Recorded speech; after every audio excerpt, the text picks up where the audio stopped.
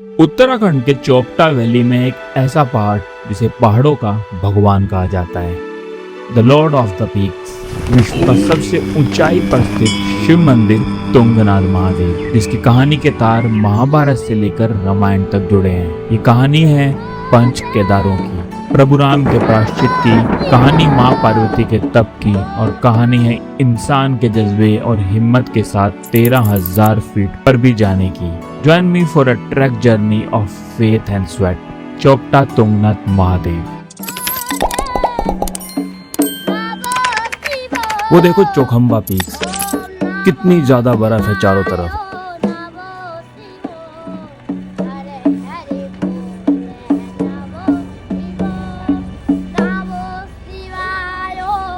Good morning. तो आज हम जाने वाले हैं तुंगनाथ एंड चंद्रशिला के ट्रैक पे, और हम बेस पॉइंट पे खड़े हुए हैं अपने हॉस्टल में जहाँ पे हम लोग रुके थे। और भी ये शुरू होगा ट्रैक पूरा का पूरा। एक एक इन्फॉर्मेशन बताऊंगा आपको, कहाँ से आपको रेंटल इक्विपमेंट लेने हैं, कहाँ पे कितना ऊपर जाने की खर्चा होता है, और कितना टाइम लगता है पहुँचने और उतरने में, पूरा आपको दिखाया जाएगा। तो जल्दी से कर लो सब्सक्राइब और करते हैं तुंगनाथ का ट्रैक शुरू। तो गाइस हम लोग जा रहे हैं चोपटा के पॉइंट पे जहाँ से ये ट्रैक शुरू होने वाला है। अब आप पूछोगे तो अभी तक हम कहाँ थे। मेनली जो चोपटा है जहाँ से ये ट्रैक शुरू होता है ना, चंद्रशिला का और तुंगनाथ का, उसके नीचे ना सारे के सारे टेंट लगे हुए हैं, और यह जगह वो बहुत ज़्यादा कॉस्टली है। तो सब लोग ना उससे पहले रुकते हैं, कुछ यहाँ से 35 मिनट का दूर है, 18 किलोमीटर, सब लोग वहाँ पे रुकते हैं। और यहीं पे आपको सस्ते जैसे कि हम 350 वाले हॉस्टल में रुके थे, अगर आपको भी चाहिए तो आप मुझे कमेंट कर दीजिए, मैं बता दूंगा। और यहाँ से फिर वो सुबह पॉइंट पे जाते हैं। और अगर आपको अर्ली मॉर्निंग ट्रैक करना है सनराइज का, तो आपको 5 बजे जाना होता है। हमें नहीं करना सनराइज वाला ट्रैक, तो हम जा रहे हैं 6 से 7 या 8 बजे के बीच में भी आप यहाँ से निकल सकते हो। चलिए आगे का रास्ता दिखाते हैं।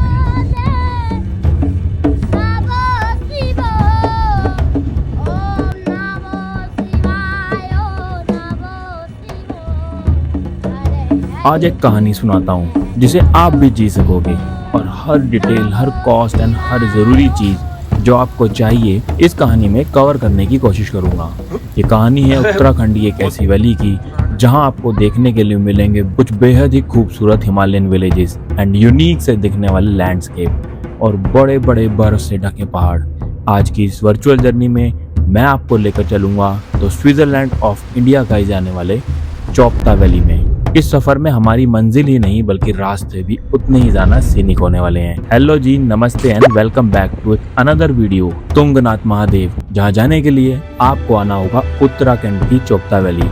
ये वैली है ऋषिकेश से कुछ 150 किलोमीटर दूर। यहाँ पर चेहरे पे मास्क पॉल्यूशन से बचने के लिए नहीं बल्कि ठंडी हवाओं से बचने के लिए पहना जाता है। कितनी ज्यादा बर्फ है चारों तरफ। आप यहाँ बस से या प्राइवेट कार से भी आ सकते हैं। महादेव का ट्रैक ये उन चुनिंदा ट्रैक्स में से है जिसे आप साल भर कभी भी किसी भी महीने में कर सकते हैं। यहाँ गर्मियों में आप ट्रैक कर सकते हो इन खूबसूरत बुरांस के फूलों के बीच, वहीं से बरसात में इन बादलों के बीच, और सर्दियों में कुछ ऐसी नजर आती है ये वैली।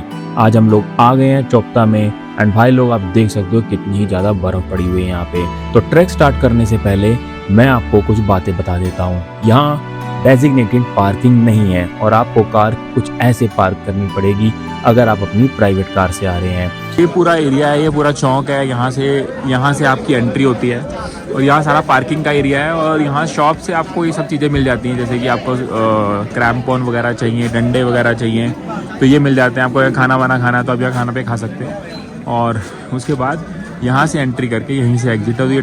ये एक मार्केट है जहाँ से ट्रैक शुरू होता है। इस मार्केट से आपको ले लेना है क्रैम्पॉन, शूज अगर आपके पास नहीं है, ग्लव्स अगर आपके पास नहीं है, फेस को कवर करने के लिए मास्क और जैकेट, साथ में ये डंडा जरूर ले लेना, ये आपके बहुत काम आएगा।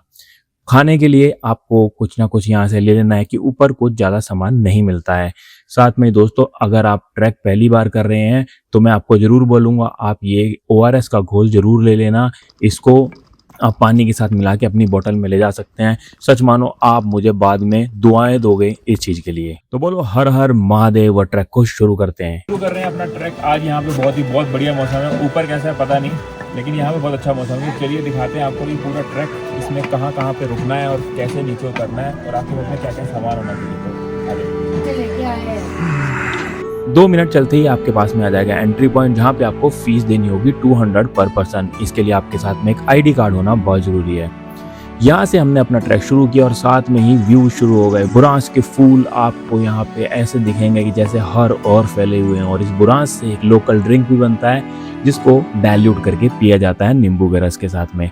वो हमने देहरादून में पिया था। साथ में थोड़ा सा आगे चलने के बाद आप चंद्रशिला को लेकर बहुत सारी कहानियाँ लोग सुनाते हैं। इसमें से एक कहानी यहाँ पे लिखी हुई है कि जब चंद्रमा को अत्यधिक प्रेम किए जाने पर दाता दक्ष द्वारा शाप दिया गया, जिस कारण चंद्रमा को क्षय हो गया था। उसी श्राप की मुक्ति हेतु चंद्रमा द्वारा भगवान शंकर की तपस्या इसी स्थान पर की गई थी, तभी से इस स्थान को चंद्रशिला कहा जाता है। जो कहानी एक और है वो है कि राम जी ने जब रावण का वध किया था तो उनको ये हुआ कि उनसे ब्रह्म हत्या हो गई है। इसी से मुक्ति पाने के लिए वो यहाँ पे आए थे, जिस जगह का नाम है चंद्रशिला।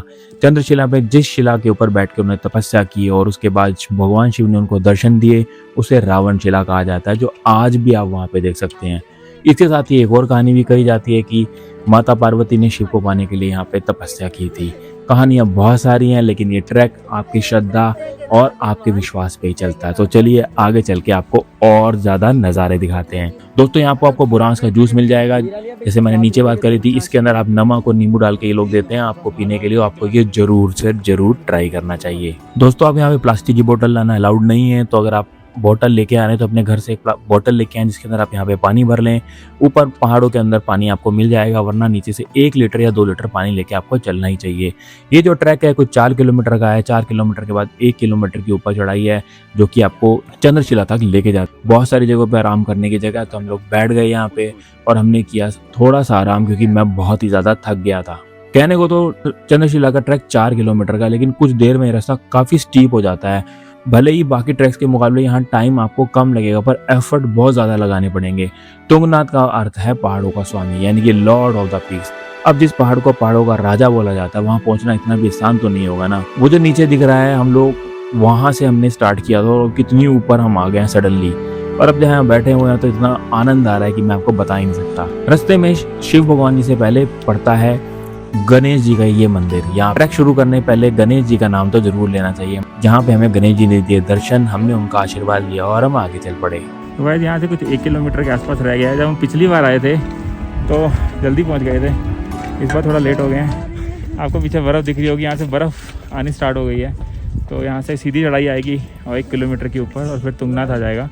और अगर आपको चंद्रशिला जाना है तो फिर वहाँ से और 1.5 किलोमीटर जाएगा।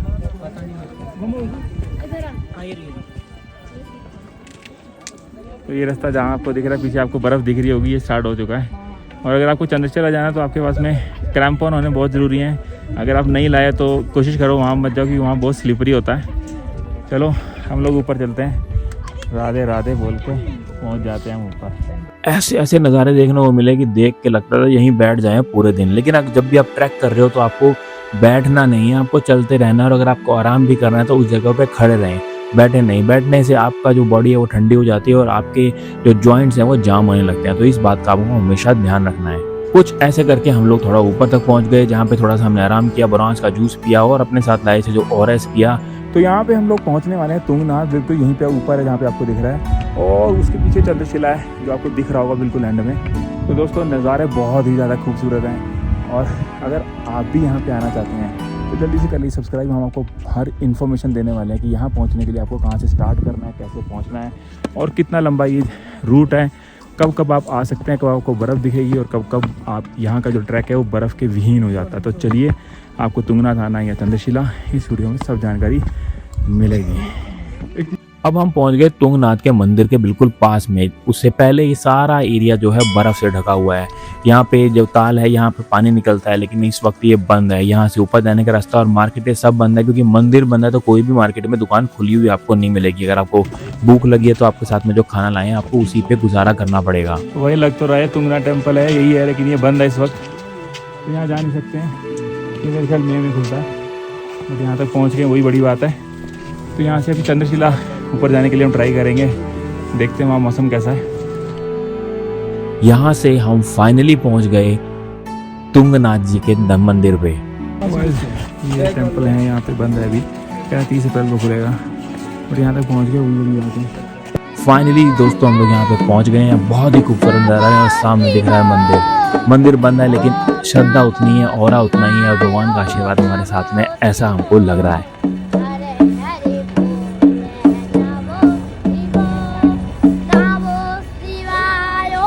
लोग सोचते हैं कि आज से हजारों साल पहले विश्व के सबसे ऊंचाई पर से शिव मंदिर को बनाया कैसे गया होगा। कहते हैं कि इस मंदिर को पांडवों द्वारा बनाया गया था। महाभारत के युद्ध में कौरवों को मारने के पाप के लिए भगवान शिव जी पांडवों से खुश नहीं थे, तो उन्होंने पांडवों को दर्शन ना देने के लिए बैल का रूप ले लिया।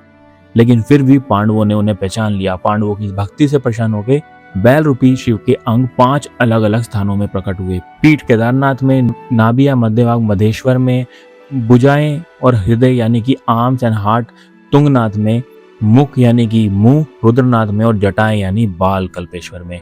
इन सभी 5 स्थानों में पांडवों ने मंदिर बनाए, जिसे आज पंच केदार के नाम से भी जाना जाता है। तुंगनाथ उनमें से तीसरा केदार है।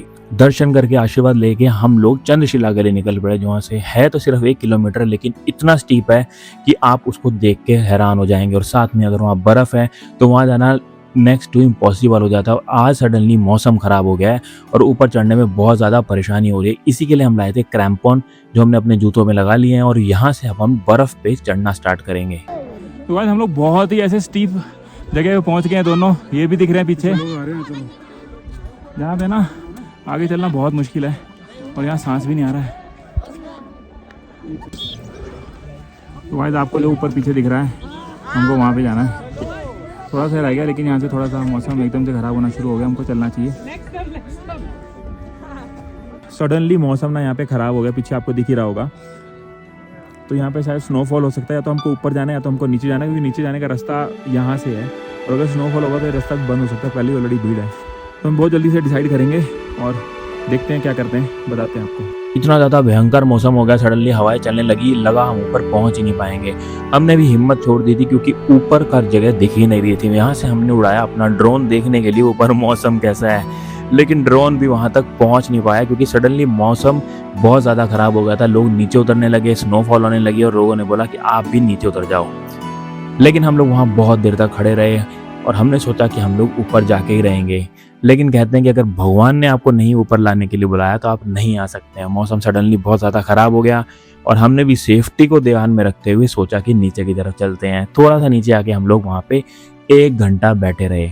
चंद्रशिला वही जगह है जहाँ पे श्री राम ने रावण को हराने के बाद मेडिटेट किया, और यहाँ के नज़ारे आपको बता नहीं सकता, पर हाँ दिखा जरूर सकता हूँ। रावण एक ब्राह्मण थे, शिव जी के बहुत ही ज्यादा बड़े भक्त थे और उनकी ब्रह्म हत्या का पाप से बचने के प्रायश्चित के लिए इसी जगह में तप किया था। भाई ऐसी ऐसी पीक से ना देख को इतना क्या नज़ारा दिखता है सामने बैठ के।